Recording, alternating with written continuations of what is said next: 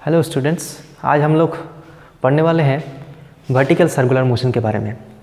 ठीक है, एनसीईआरटी में इसका कोई अलग चैप्टर नहीं दिया हुआ है, एक प्रॉब्लम दिया हुआ है, लेकिन हम लोग इसको थोड़ा सा डिटेल में पढ़ेंगे। तो हम लोग को पता है कि जो सर्कुलर मोशन होता है, सर्कुलर मोशन में घूमने के लिए क्या चाहिए, उसका वेलोसिटी सीधा नहीं होना चाहिए, हमेशा बदलना चाहिए। उसके लिए क्या होना चाहिए, वेलोसिटी बदलेगा तो एक एक्सेलरेशन क्रिएट होगा अलोंग द सेंटर, जिसका नाम है सेंटीपिटल एक्सेलरेशंस। और सेंटीपिटल एक्सेलरेशन प्रोड्यूस करने के लिए जो फोर्स लगता है अलोंग द सेंटर, उसका नाम है सेंटीपिटल फोर्स। सेंटीपिटल फोर्स कौन प्रोवाइड करता है? सिचुएशन वाइज, डिफरेंट सिचुएशन में different force centripetal as a centripetal force काम करता है। तो जब कोई रस्सी से हम लोग पत्थर को ऐसे घुमाते हैं तो वो वर्टिकली ऐसा घूमता है, तो जो रेडियस है, रेडियस के अलोंग उसका ग्रेविटी का कोई रोल नहीं होता है। जैसे कि ये चीज़, एक पत्थर ऐसे घूम रहा है, ऐसा वर्टिकली घूम रहा है, तो इसका सेंटर के अलोंग कौन सा फोर्स है? टेंशन है। ग्रेविटी सेंटर के अलोंग है क्या ना, वो परपेंडिकुलर टू है, नीचे की ओर है, तो वो ऐसा घूम रहा है वो, लेकिन सेंटर ये mg तो है, लेकिन वो नीचे की ओर है, सेंटर के अलोंग उसका कोई रोल नहीं है। मतलब इसको घुमाने के लिए ग्रेविटी का कोई रोल नहीं है। ये क्या है? Horizontal circular motion. हॉराइजॉन्टल मतलब ऐसे घूम रहे हैं। और वर्टिकल सर्कुलर मोशन क्या? वर्टिकल सर्कुलर मोशन अगर कोई रस्सी के ऐसे घुमा रहे हैं, हम लोग ऐसे घुमा रहे हैं, ये चीज़ ऐसे घूम रहे हैं, हॉराइजॉन्टली घूम रहे हैं, तो यहाँ पे क्या हो रहा है? ग्रेविटी तो नीचे कम रहा है ना, कम कर रहा है, तो यहाँ पे क्या हो रहा है? ये जो रेडियस है, रेडियस के अलोंग ग्रेविटी का एक रोल आ गया। मतलब सेंटीपिटल फोर्स में ग्रेविटी का कुछ रोल यहाँ पे आएगा, जो कि यहाँ पे नहीं था। तो इसके बारे में हम लोग डिटेल में स्टडी करेंगे। यहाँ पे यूनिफॉर्मली घूम रहा था, यहाँ पे यूनिफॉर्म तो घूम नहीं पाएंगे, अलग अलग जगह पे अलग अलग वेलोसिटी हो जाएगा। तो ये एक्चुअली क्या होता है? नॉन यूनिफॉर्म सर्कुलर मोशन है, वो बाद में हम लोग डिटेल में पढ़ेंगे, अभी इसको देख लेते हैं। तो यहाँ पे क्या है? एक बॉडी ऐसे वर्टिकल सर्कुलर मोशन में घूम रहा है, जिसका हर एक जगह पे वेलोसिटी अलग अलग है। हम लोग मान लेते हैं जो नीचे वाला पॉइंट है, एकदम बॉटम वाला पॉइंट, उस जगह पे बॉडी का वेलोसिटी है v है, और एकदम टॉप पॉइंट में वेलोसिटी क्या है? vb eight the point b। और अलग अलग पॉइंट में अलग अलग होगा, वो हम लोग एक जनरल एक्सप्रेशन निकालेंगे। तो पहले हम लोग स्पेशल केस में ध्यान देते हैं। तो अब देखो, यहाँ पे हम लोग फ्री बॉडी डायग्राम बनाएंगे, और जब बॉडी यहाँ पे रहेगा तो भी हम लोग क्या करेंगे? फ्री बॉडी डायग्राम बनाएंगे, और उसका दो अलग अलग इक्वेशन लिखेंगे। ठीक है, अब देखो यहाँ पे जब वर्टिकली ऐसा घूम रहा था तो हर एक जगह पे टेंशन सेम था। यहाँ पे टेंशन सेम होता है क्या? जब एक रियल लाइफ में सोचो, अगर बॉडी ऐसे घूम रहा है, ऐसे घूम रहा है, ऐसे घूम रहा है, जो नीचे की ओर आ रहे, जब नीचे आ रहा है, जब बॉडी नीचे आ रहा है तो टेंशन क्या होता है? हाइस्ट हो जाता है। और जो ऊपर जाता है तो क्या होता है? टेंशन लूज हो जाता है। होता कि नहीं होता? जो रस्सी है वो ऊपर जाने से लूज हो जाता है, और नीचे बहुत ज़्यादा टेंशन हो जाता है। मतलब क्या होता है? यहाँ पे अलग अलग जगह पे अलग अलग फोर्स लग रहा है, मतलब सेंटीपिटल फोर्स का वैल्यू चेंज हो रहा है, मतलब वेलोसिटी का वैल्यू भी चेंज हो रहा है। ये यूनिफॉर्म मोशन नहीं है। वहाँ पे टेंशन सेम था, लेकिन यहाँ पे टेंशन सेम नहीं होगा। वो जब ऊपर से नीचे की ओर आएंगे तो टेंशन में इंक्रीमेंट होगा, और जब ऊपर जाएगा तो टेंशन में डिक्रीमेंट होगा, मतलब वहाँ पे लूज हो जाएगा।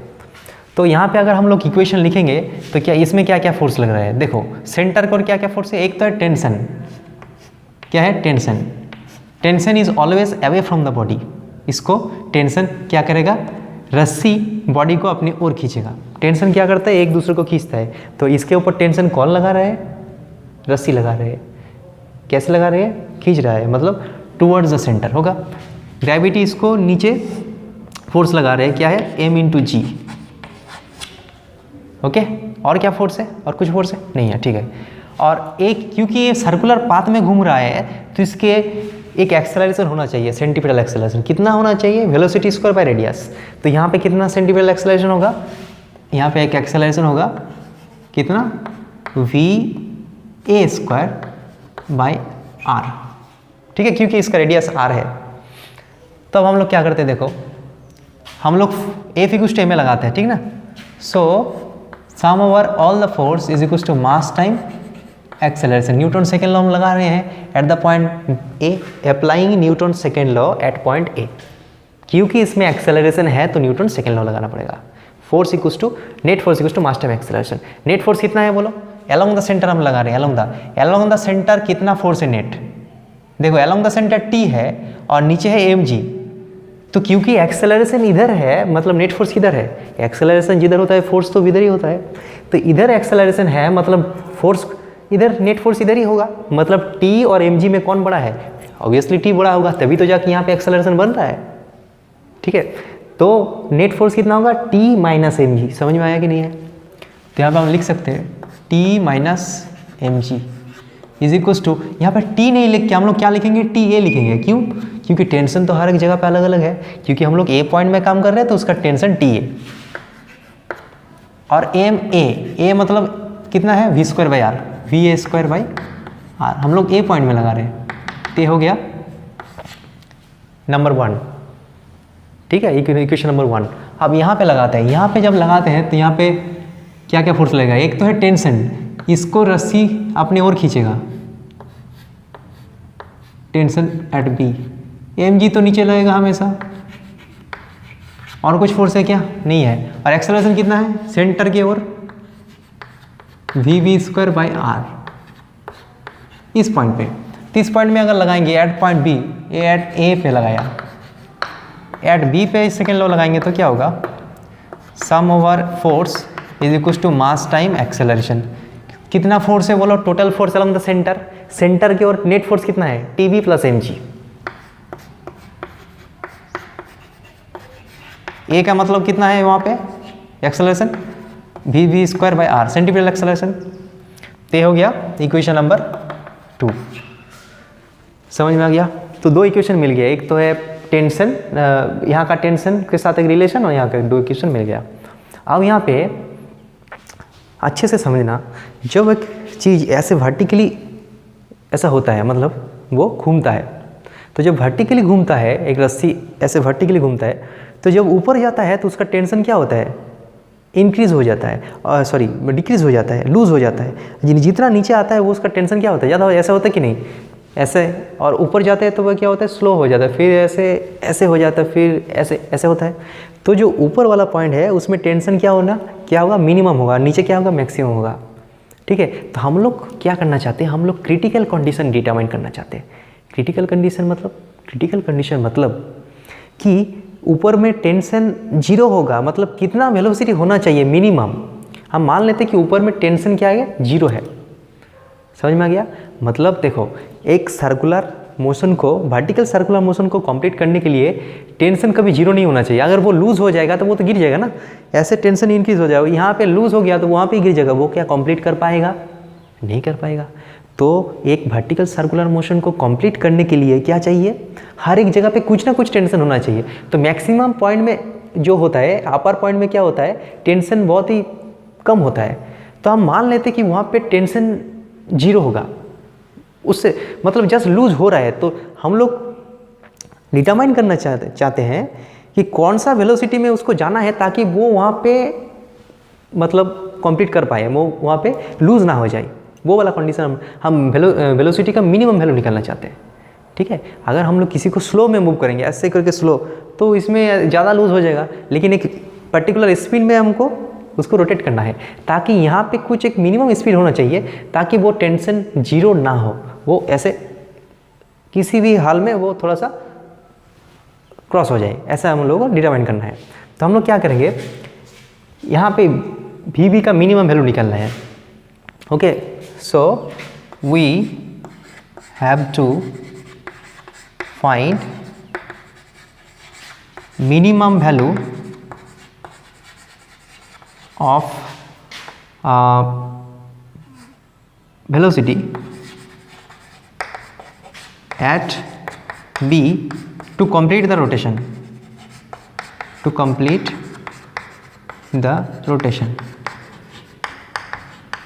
इस रोटेशन को सक्सेसफुली कंप्लीट करने के लिए यहाँ पे कितना मिनिमम वेलोसिटी होना चाहिए?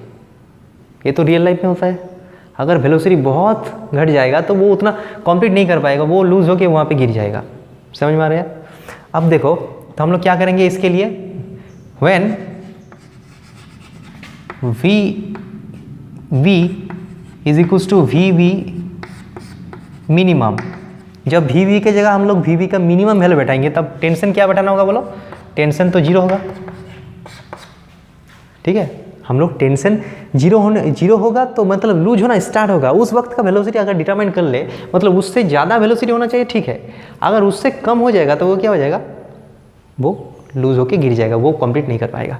तो टी ए 0 बैठा था यहाँ पे, तो टी ए अगर 0 बैठाएंगे तो नंबर 1 इक्वेशन में क्या मिलेगा, अच्छे से देखना, सॉरी नंबर 2 से निकलना होगा, टी बी 0 होगा, मैक्सिमम पॉइंट में निकाल रहे हैं, टी बी इक्वल 0, यहाँ पे 0 बैठा दो तो क्या हो जाएगा, M G is equal to M V B square by R, यहाँ से निकल जाएगा तो वी बी मीन हो गया ना, V B minimum, so V B minimum इसका वैल्यू क्या निकल जाएगा, √GR। मतलब हाईएस्ट पॉइंट में इतना वेलोसिटी होना ही है, अगर इससे कम वेलोसिटी होगा तो वो कंप्लीट कर ही नहीं पाएगा, वो पहले क्या होगा ऐसे करके लूज होके गिर जाएगा, अगर इससे ज़्यादा होगा तो वो कंप्लीट कर पाएगा, और ज़्यादा से ज़्यादा होगा, जितना ज़्यादा होगा वो कोई बात नहीं, लेकिन उससे कम नहीं होना चाहिए, इसका मिनिमम वैल्यू ही है इतना। मतलब in order to have successful circular motion in a vertical plane, the velocity of rotation at the highest point is √GR। जी का वैल्यू 10 है और रेडियस मतलब जिस रेडियस में हम घुमाना चाहते हैं, मान लेते हैं कि हम 10 सेंटीमीटर रेडियस में घुमाना चाहते हैं तो यहाँ पे बैठा देंगे, और 10 सेंटीमीटर लेंथ का एक रस्सी है उसमें घुमाना चाहते हैं तो उसको यहाँ पे बैठा देंगे, जितना आएगा उससे जोर से घुमाना है, अगर उससे कम घुमाएंगे तो वो गिर जाएगा, वो कंप्लीट नहीं कर पाएगा। तो मिनिमम कितना वैल्यू है, √GR। मतलब क्या होना चाहिए, वी बी पॉइंट में जो वैल्यू होना चाहिए वो क्या होना चाहिए, ग्रेटर देन और इक्वल टू √GR। इसका जो मिनिमम वैल्यू है उससे ज़्यादा ही होना चाहिए, या फिर इक्वल होगा तो कैसे तैसे निकल जाएगा, लेकिन ज़्यादा होना चाहिए, लेकिन उससे कम होगा तो नहीं होगा। समझ में आ गया। अब यहाँ पे और एक क्वेश्चन आ गया, ठीक, तुम तो बता दिया कि मैक्सिमम पॉइंट में इतना वेलोसिटी होना चाहिए, तो मैक्सिमम पॉइंट में अगर इतना वेलोसिटी होना चाहिए तो यहाँ पे कितना वेलोसिटी होना चाहिए, अगर यहाँ पे इतना होना चाहिए, यहाँ पे 5 मीटर पर सेकेंड होना चाहिए, तो वो कहाँ से गेन करेगा, यहाँ पे भी ज़्यादा होना चाहिए नीचे के पॉइंट में, क्योंकि यहाँ से जब ऊपर जाएंगे तो ग्रेविटी की वजह से क्या होता है, उसका एनर्जी डिक्रीज हो जाता है, काइनेटिक एनर्जी, मतलब क्या होता है उसका स्पीड कम हो जाता है।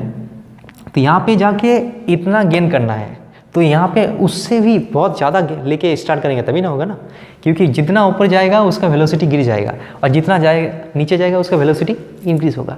तो यहाँ पे सर्कुलर मोशन को कंप्लीट करने के लिए सक्सेसफुली यहाँ पे मिनिमम वेलोसिटी कितना, इतना। अब यहाँ पे मिनिमम वेलोसिटी कितना वो हमको निकलना है, what should be the minimum velocity at A point, A point में कितना होना चाहिए वो भी हम लोग निकालते हैं। कैसे निकालेंगे, देखो, तो हम लोग क्या करेंगे, इसको थोड़ा सा पॉज करके देख लेना, ठीक है। हम लोग क्या करेंगे, अच्छे से देखना, यहाँ पे और यहाँ पे बीच में वेलोसिटी के साथ क्या रिलेशन है वो कैसे हम लोग पता कर सकते हैं, एनर्जी कंजर्वेशन लगा सकते हैं, क्योंकि हम लोग एनर्जी कंजर्वेशन सीख लिए हैं। यहाँ पे एक्सटर्नल फोर्स है, क्या है, टेंशन है, तो लेकिन टेंशन क्या डिस्टर्ब कर रहा है, नहीं डिस्टर्ब कर रहा है। देखो बॉडी, तो बॉडी हमेशा, देखो टेंशन हमेशा सेंटर की ओर है और बॉडी इधर लग रहा है कि नहीं, बॉडी लग रहा है इधर, मतलब इधर जा रहा है, तो दोनों के बीच में एंगल कितना, 90, तो 90 डिग्री, मतलब वर्क डन क्या होगा, F(s cos 90) मतलब 0, F.s work done by the tension is 0। हर एक जगह पे देखना, यहाँ पे अगर रस्सी रहेगा तो टेंशन इधर, वेलोसिटी इधर, वहाँ पे भी 90 डिग्री होगा। मतलब यहाँ पे एक्सटर्नल फोर्स एक है टेंशन, लेकिन टेंशन कोई काम नहीं कर रहा है, मतलब कोई डिस्टर्ब नहीं कर रहा है, तो फिर हम लोग एनर्जी कंजर्वेशन लगा सकते हैं, ठीक है। तो एनर्जी कंजर्वेशन लगाएंगे तो क्या होगा बोलो, एनर्जी ए पॉइंट में जितना होगा बी पॉइंट में उतना ही होगा। एनर्जी मतलब क्या है, दो एनर्जी है, एक तो है kinetic energy plus potential energy at A point is equal to kinetic energy at B point, potential energy at B point. अब देखो यहाँ पे काइनेटिक एनर्जी कितना होगा बोलो, ए पॉइंट में half M V A square, potential energy M G into 0। इसका height क्या है, हम मान लेते कि ये 0 लेवल है, इसको 0 लेवल हम कई लेवल को, कुछ भी लेवल को हम लोग 0 मान सकते हैं, लेकिन एक बार फिक्स करने के बाद वही मतलब मानना पड़ेगा। समझ में आ गया। तो 0 जो के बी कितना होगा बोलो, half M V B square, और पोटेंशियल एनर्जी क्या होगा बोलो, एम जी एच। ए कितना हाइट है, इसका रेडियस आर है और आर है, मतलब 2r है कि नहीं है, यहाँ से यहाँ तक जाएगा तो कितना हाइट आएगा 2r, तो एच मतलब क्या आएगा 2r आएगा, ठीक है। अब देखो यहाँ पे देखो एम सब कैंसिल हो जाएगा, तो यहाँ पे आ जाएगा कि v A square is equal to v we square, simplify करना, is equal to 4 g r, ऐसे आ जाएगा। तो हमको तो वी ए निकालना है, वी ए का मिनिमम वैल्यू निकालना है, ठीक है ना। तो वी ए का मिनिमम क्या होगा बोलो, वी ए मिनिमम उसका स्क्वायर इज इक्वल टू क्या होगा, वी बी मिनिमम उसका स्क्वायर प्लस इसका तो कोई मिनिमम नहीं होता, वो एक ही होता है, उसमें कोई मिनिमम नहीं लगेगा। वी ए का मिनिमम हम निकालेंगे स्क्वायर, वी बी का मिनिमम वैल्यू क्या है ऑलरेडी हम कैलकुलेट कर चुके हैं। सक्सेसफुली कंप्लीट करने के लिए उस पॉइंट में मिनिमम इतना वेलोसिटी होना चाहिए। तो यहाँ पे रूट ओवर जी आर का स्क्वायर मतलब क्या हो जाएगा जी आर, और यहाँ पे 4 जी आर, तो कितना हो गया 5 जी आर, ठीक है। तो 5 जी आर अगर हो गया तो भी मिनिमम कितना निकलेगा, वी ए पॉइंट में जो मिनिमम वैल्यू निकलेगा वो होगा रूट ओवर 5 जी आर, बहुत ही इंपॉर्टेंट रिजल्ट है। और वी बी पॉइंट में मिनिमम कितना था, रूट ओवर जी आर, मतलब वी ए पॉइंट में वेलोसिटी क्या होना चाहिए, रूट ओवर 5 जी आर से ज़्यादा होना चाहिए। अगर नहीं होगा तो सक्सेसफुली कंप्लीट नहीं होगा, ठीक है। समझ में आ गया। 2 इक्वेशन हम लोग निकाल लिए। मैक्सिमम पॉइंट में देखो वी ए भी मत समझो, उसको जनरल वे में समझो कि जो एक वर्टिकल सर्कुलर मोशन होता है उसमें मैक्सिमम जो पॉइंट होता है, हाईएस्ट पॉइंट, उसमें कितना वेलोसिटी होना चाहिए, रूट ओवर जी इंटू रेडियस। रेडियस मतलब जो भी होगा रस्सी का लेंथ, और नीचे का पॉइंट में कितना होना चाहिए, रूट ओवर 5 जी आर। ऑब्वियसली दोनों में से कौन बड़ा है, ए बड़ा है, वो तो होना ही है, क्योंकि नीचे इतना बड़ा लेके जाएगा तभी जाके ऊपर जाके इतना गेन कर पाएगा, ठीक है। क्योंकि नीचे तो ज़्यादा लेके जाना है ना, क्योंकि ऊपर जाने से तो थोड़ा सा खत्म हो जाएगा उसकी एनर्जी, तो वेलोसिटी भी खत्म हो जाएगा। तो मिनिमम नीचे का पॉइंट में वेलोसिटी रूट ओवर 5 जी आर होना चाहिए और maximum point root over G R होना चाहिए, तभी जाके वो सक्सेसफुली कंप्लीट कर पाएगा, ठीक है। और एक कैलकुलेशन यहाँ पे कर लेते हैं। सक्सेसफुली कंप्लीट करने के लिए ये क्या है, ये जो वेलोसिटी है ना, इसका नाम है इसका नाम है क्या, क्रिटिकल वेलोसिटी।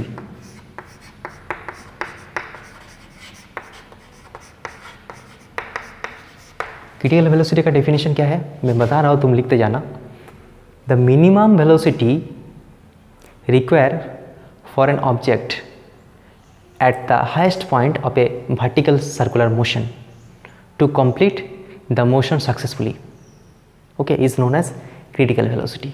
हाइस्ट एक पार्टिकल को वर्टिकल सर्कुलर मोशन में सक्सेसफुली मूव करने के लिए मैक्सिमम पॉइंट में जितना वेलोसिटी होना चाहिए, मिनिमम जितना वेलोसिटी होना चाहिए, उसका नाम क्या है, क्रिटिकल वेलोसिटी। अभी क्रिटिकल वेलोसिटी एक क्या कंडीशन निकाला, ये सब हम क्रिटिकल कंडीशन निकाला। देखो क्रिटिकल कंडीशन से ज़्यादा होगा तो ठीक है, वो तो कंप्लीट हो जाएगा, मतलब मिनिमम इतना होना चाहिए। तो क्रिटिकल कंडीशन में यहाँ पे अगर कोई पूछेगा ए पॉइंट में कितना टेंशन होना चाहिए, क्रिटिकल कंडीशन क्या होता है, देखो एट क्रिटिकल कंडीशन में क्या होता है, at critical condition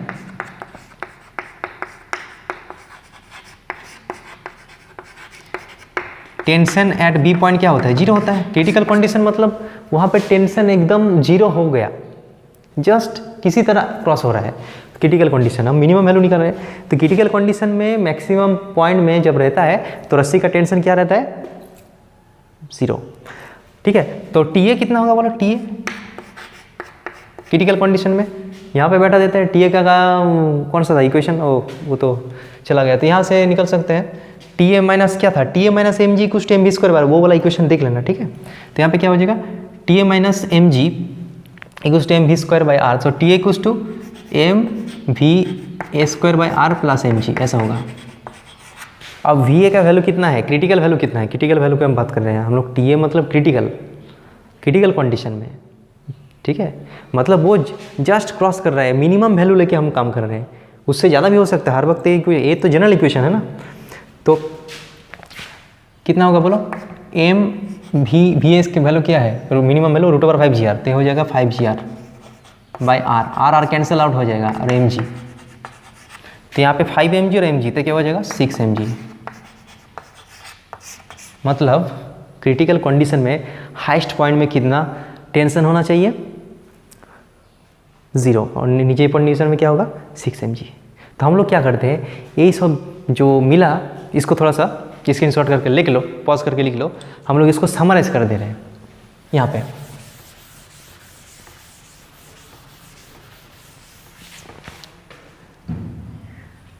at critical condition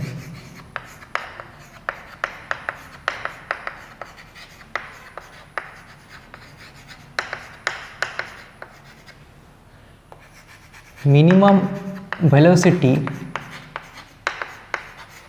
required at bottommost point कितना √5 5 g minimum velocity required at top point कितना √g tension in the string at bottom under critical condition, सब कंडीशन में नहीं।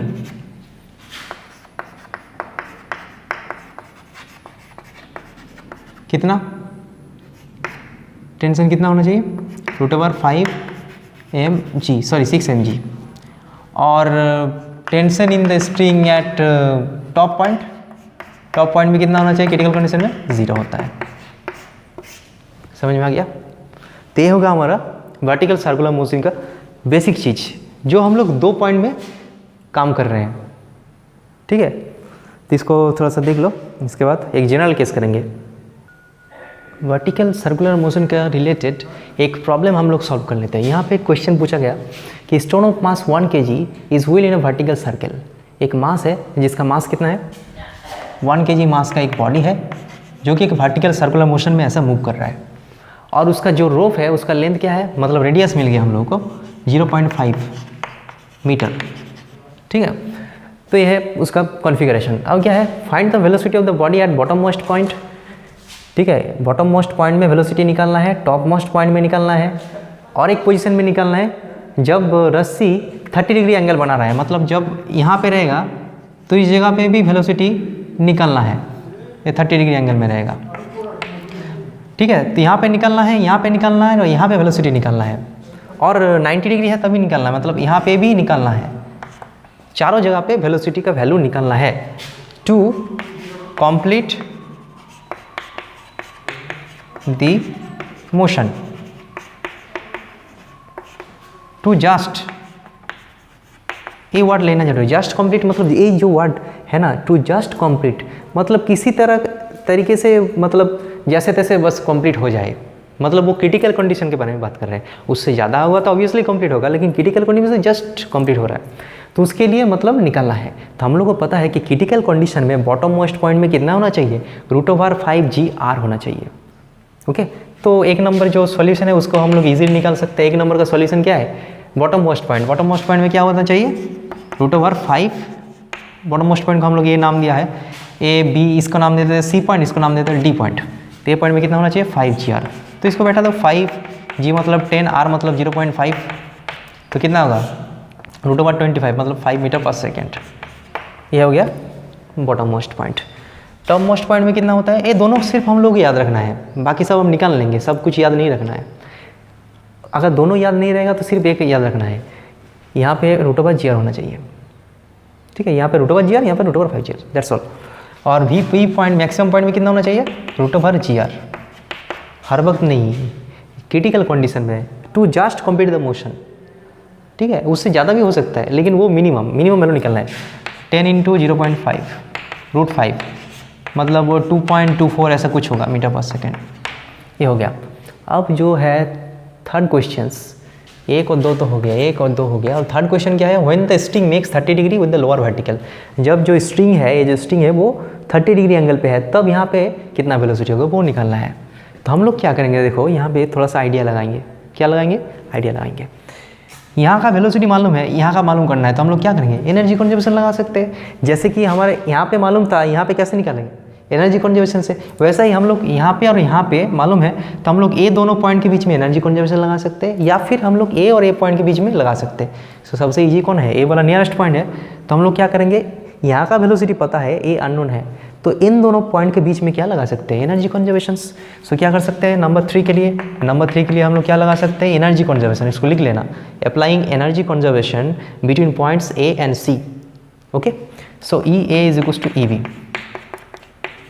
ई A मतलब टोटल कितना एनर्जी उसको लिखना है। एक तो काइनेटिक एनर्जी है, काइनेटिक एनर्जी कितना होगा half M V A square, potential energy कितना 0, समझ में आया, पोटेंशियल एनर्जी कितना 0 होगा, ए लेवल को हम लोग 0 मान रहे हैं, potential energy 0 M G H M G into 0, E B कितना होगा half M V B square, और पोटेंशियल एनर्जी कितना होगा एम जी हाइट, हाइट मतलब कितना हाइट उठा है, कौन सा हाइट निकालना है हम लोग को, ए वाला हाइट निकालना है, समझ में आ रहा है कि नहीं आ रहा है, इसको दूसरा चौक से दिखाते हैं, ए वाला हाइट से निकालना है उसको, ये जो है हाइट एच है, ये एच हाइट हम लोग को निकालना है, समझ में आया, ए हाइट, ठीक है। पोटेंशियल एनर्जी किसके ऊपर डिपेंड करता है, एम जी एच, पहले इस लेवल में था अब इस लेवल में, कहाँ पे है वो इंपॉर्टेंट नहीं है, तो ये जो हाइट है वो उसको निकालना है, कैसे निकालेंगे वो हाइट एम जी एच कैसे निकालेंगे, देखो ये जो लेंथ है क्या है, ये तो आर है, रेडियस क्या है, ये रेडियस आर है, ए भी आर है,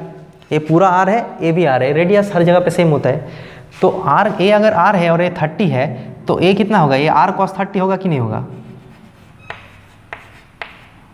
आर कॉस थीटा और आर कॉस 30 होगा कि नहीं होगा, ये आर है तो ये आर कॉस थीटा होगा, इसको हम लोग देख सकते हैं कि base by hypotenuse equals to cos 30, so base equals to hypotenuse multiplied by cos 30 मतलब आर कॉस थीटा, तो ये पूरा कितना है, ए आर है, सब तो रेडियस है, तो ये पूरा क्या है रेडियस, तो रेडियस में अगर आर कॉस 30 माइनस कर देंगे तो ये वाला निकल जाएगा, तो एच क्या होगा, देखो अच्छे से डायग्राम से देखना, H is equals to R minus R cos 30, समझ में आया, कॉस 30 कितना होता है √3/2, तो आर इंटू 1 माइनस, इसको हम लोग एक काम करते हैं, सिंप्लीफाई करने के लिए इसको 60 ले लेते हैं ना, हम लोग देखना है कि सिंप्लीफाई होगा, नहीं तो थोड़ा सा दिक्कत हो जाएगा, 30 के लिए भी हो जाएगा, कैलकुलेटर कर cos 60 का वैल्यू क्या होता है, हाफ होता है, ठीक है, तो ये क्या हो जाएगा 1 माइनस हाफ मतलब r/2, इसको हम लोग क्या करते हैं 60 बना देते हैं, तो r/2 हो गया। अब देखो एच की जगह डाल देते हैं, हम लोग एक एग्जाम्पल कर रहे हैं, सीख रहे हैं जिस चीज़ को, एच मतलब क्या r/2, ठीक है। अब देखो यहाँ का वेलोसिटी तो मालूम ही है m² तो यहाँ पे हम लोग बैठा देते हैं हाफ m √5g r का स्क्वायर मतलब क्या होगा 5gr, देखो m तो हर जगह पे कैंसिल हो जाएगा, तो हम लोग 2 भी कैंसिल हो जाएगा, 2 नीचे कैंसिल हो जाएगा, सिंपल कैलकुलेशन होती है। यहाँ पे देखो v भी निकल जाएगा, v भी क्या निकलेगा 5gr माइनस gr, सो 4gr उसका रूट, ठीक है। तो ये कितना वेलोसिटी होना चाहिए यहाँ पे, सी पॉइंट में कितना वेलोसिटी होगा, यहाँ पे थोड़ा सा गलती हो गया, यहाँ पे ई पॉइंट था, ये सी पॉइंट था ना, बी पॉइंट तो नहीं था ना, अलग पॉइंट है सी, तो यहाँ पे पॉइंट सी है, तो सी पॉइंट में वेलोसिटी निकल गया, तो यहाँ पे √5gr होना चाहिए, यहाँ पे कितना होना चाहिए √4gr होना चाहिए। इसको मेमोराइज नहीं करना है, मेमोराइज नहीं, याद रखना है कि यहाँ पे और यहाँ पे कितना होता है, यहाँ पे √5gr, यहाँ पे √5gr। अब बीच में किसी पॉइंट में देखा तो क्या करेंगे हम लोग, एनर्जी कंजर्वेशन लगा के निकाल लेंगे, वो तो मैथमेटिक्स है, total energy at initial point equals to total energy final point. यहाँ पे एक्सटर्नल फोर्स होने के बावजूद हम लोग एनर्जी कंजर्वेशन लगा सकते हैं, क्योंकि यहाँ पे जो एक्सटर्नल फोर्स टेंशन है वो कोई दिक्कत नहीं कर रहा है। अब 90 डिग्री के लिए क्या होगा वो निकाल सकते हो क्या, निकाल सकते हो ईजिली। 90 डिग्री के लिए क्या होगा, half M V A square plus M G into 0 is equals to, यहाँ पे क्या होगा half M V D square plus M G into H, H कितना होगा, ए हाइट कितना होगा, ए हाइट आर होगा कि नहीं होगा, आर मतलब एच की जगह क्या बैठेगा, आर बैठेगा, तो वहाँ से तुम लोग वी डी का वैल्यू इजीली निकाल सकते हो, उसमें कोई डाउट नहीं है। तो उसको हम लोग नहीं कैलकुलेट नहीं कर रहे हैं, टाइम बर्बाद नहीं कर रहे हैं। अब हम लोग क्या कर रहे हैं, ये जो फाइनल क्वेश्चंस है इसको कर लेना घर में homework. Find the tension in each positions, हर एक पोजीशन में टेंशन निकालना है। तो यहाँ के तो टेंशन तो पता ही है, यहाँ का टेंशन क्या होगा 0 होगा, तो उसको हम लोग लिख देते हैं ये टेंशन जो बी पॉइंट में है वो कितना होगा 0 होगा, और टेंशन एट ए पॉइंट में कितना होगा वो होगा 6 mg, वो हम लोग कोई मैथमेटिक्स में कर चुके हैं, ठीक है। तो सी पॉइंट में कितना टेंशन होगा वो कैसे निकालेंगे, इसको थोड़ा सा देखना पड़ेगा। तो देखते हैं, देखो ये चीज़ अच्छे से देखना, ये थीटा है ना 60 डिग्री है। अब देखो इस पॉइंट में हम लोग को फोर्स का डायग्राम बनाना है, अच्छे से देखो टेंशन किधर लगेगा, सेंटर की ओर लगेगा कि नहीं लगेगा, टेंशन टी, mg किधर लगेगा, वो तो नीचे लगता है हमेशा।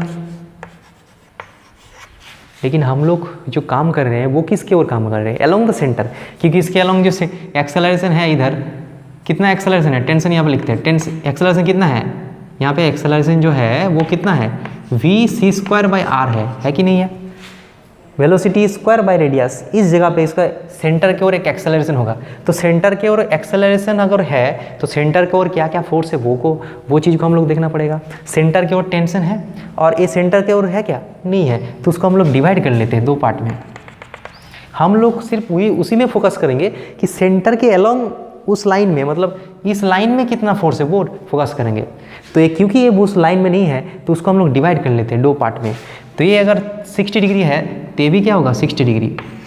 ये अगर mg है तो इसको दो पार्ट में हम डिवाइड कर सकते हैं, एक इधर और एक इधर। इधर वाला कंपोनेंट हम लोगों को नहीं चाहिए, हम लोग सिर्फ इधर चाहिए। कितना होगा mg cos 60। mg cos 60 का वैल्यू क्या होता है mg/2, मतलब इधर t और इधर mg का लिटिल पार्ट mg/2 लग रहा है, मतलब नेट कितना लग रहा है अंदर की ओर t माइनस mg/2। तो यहाँ पे हम लोग क्या लिख सकते हैं, देखो